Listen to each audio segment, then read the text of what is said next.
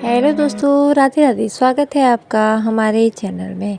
तो आज मैं सुनाने जा रही हूँ एक कहानी, एक आध्यात्मिक कहानी जो है निधि वन से जुड़ी हुई। निधि वन का रहस्य। क्या सच में रास रचाने आते हैं? रात में राधा कृष्ण। वृंदावन में निधिवन नाम से एक जगह है जहाँ पर श्री कृष्ण का प्राचीन मंदिर है। इस मंदिर और वन के बारे में कई तरह की रहस्यमयी कथाएं प्रचलित हैं। कहते हैं कि यहाँ पर श्री कृष्ण रोज आते हैं और रात में रासलीला करने के बाद यहीं पर शयन करते हैं और सुबह होते ही चले जाते हैं। आइए जानते हैं इन अचरज भरी बातों का रहस्य। निधिवन के मंदिर में शयन आरती के बाद सभी श्रद्धालु को बाहर निकलकर मंदिर और निधिवन क्षेत्र को करीब तालों से बंद कर दिया जाता है। ताला बंद करने के पहले मंदिर में गर्भगृह में भगवान के लिए नीम की दातून, पान का बीड़ा, लड्डू और श्रृंगार का सामान रख दिया जाता है। रात में यहाँ कोई भी नहीं आता है, लेकिन फिर भी आश्चर्य की यह बात है कि 7 तालों में बंद मंदिर को जब सुबह खोला जाता है तो पान चबाया हुआ, दातून की हुई और लड्डू खाया हुआ और श्रृंगार का सामान बिखरा हुआ मिलता है। कहते हैं कि इस मंदिर के दरवाजे अपने आप ही खुलकर बंद हो जाते हैं, लेकिन यह किसी ने देखा नहीं। हालांकि लोग इस संबंध में अपने अनुभव जरूर बताते हैं। मान्यता के अनुसार इस मंदिर को तानसेन के गुरु संत हरिदास ने अपने भजन से राधा कृष्ण के युग्म रूप को साक्षात प्रकट किया था। यहाँ कृष्ण और राधा विहार करने आते थे। यहीं पर स्वामी जी की समाधि भी बनी है। रात को यहाँ पर कोई नहीं जाता है।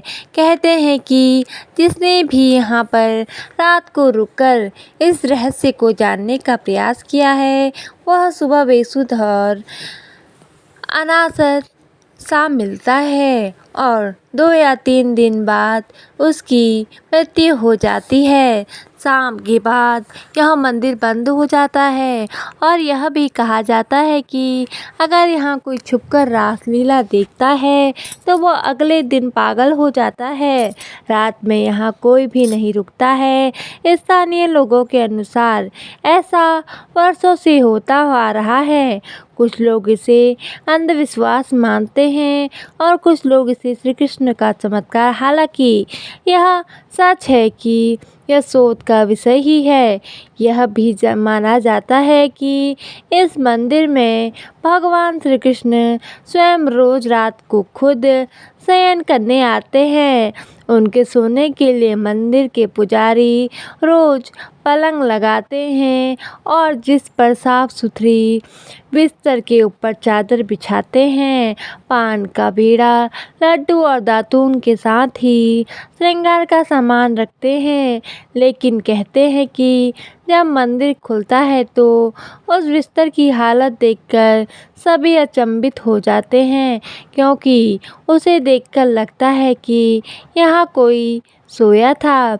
सबसे आश्चर्य की बात यह भी है कि यहाँ प्रतिदिन माखन मिश्री का प्रसाद चढ़ाया जाता है और जो बच जाता है उसे मंदिर में ही रख दिया जाता है, लेकिन सुबह तक वह प्रसाद भी समाप्त हो जाता है। आखिर कौन खा जाता होगा यह प्रसाद? मान्यता की है कि प्रतिदिन मंदिर के अंदर स्थित रंग महल में कृष्ण राधा का पलंग लगा दिया जाता है और पूरा रंग महल सजा दिया जाता है तथा राधा जी के श्रृंगार का सामान रखकर मंदिर के दरवाजे बंद कर दिए जाते हैं। जब प्रातः दरवाज़ा खुलते हैं तो सारा सामान अस्त व्यस्त मिलता है। मान्यता है कि रात्रि में राधा कृष्ण आकर इस सामान का उपयोग करते हैं। कहते हैं कि यहाँ तुलसी के 2 पौधे एक साथ लगे हैं।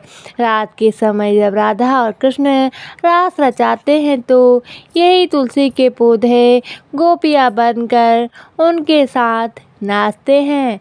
इन तुलसी का एक भी पत्ता यहाँ से कोई नहीं ले जाता है। जिसने भी चुपचाप यह कार्य किया वह भारी आपदा का शिकार हो जाता है।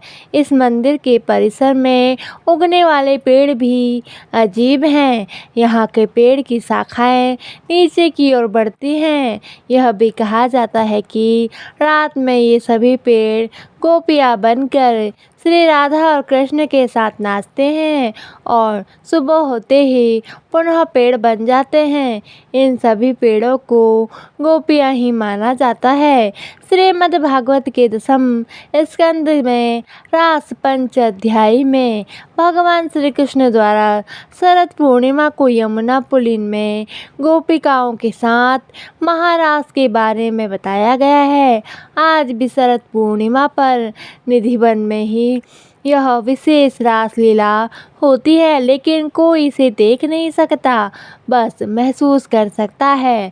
कहते हैं निधिवन में आलिंगनबद्ध पेड़ दरअसल यही रास रत गोपी कृष्ण हैं, जो प्रातः होते ही पेड़ बन जाते हैं और रात्रि के नीरव में रास करने लगते हैं। यहाँ के आसपास के अधिकतर घरों में खिड़कियाँ नहीं हैं और जिनके घरों में यह हैं वे शाम की आरती के बाद खिड़कियाँ इस तरह बंद कर देते हैं कि कोई मंदिर की दिशा में देख नहीं पाए, अन्यथा वह अंधा हो जाएगा। बोलो जय श्री कृष्ण राधे। तो दोस्तों, आपको हमारी कहानी कैसी लगी और इसी तरह अलग अलग नई कहानियाँ सुनने के लिए हमारे चैनल को सब्सक्राइब करें, लाइक करें और ऐसी रहस्यमय आध्यात्मिक एवं ज्ञानवर्धक कहानियाँ सुनने के लिए हमारे चैनल को सब्सक्राइब जरूर करें। धन्यवाद। जय माता दी।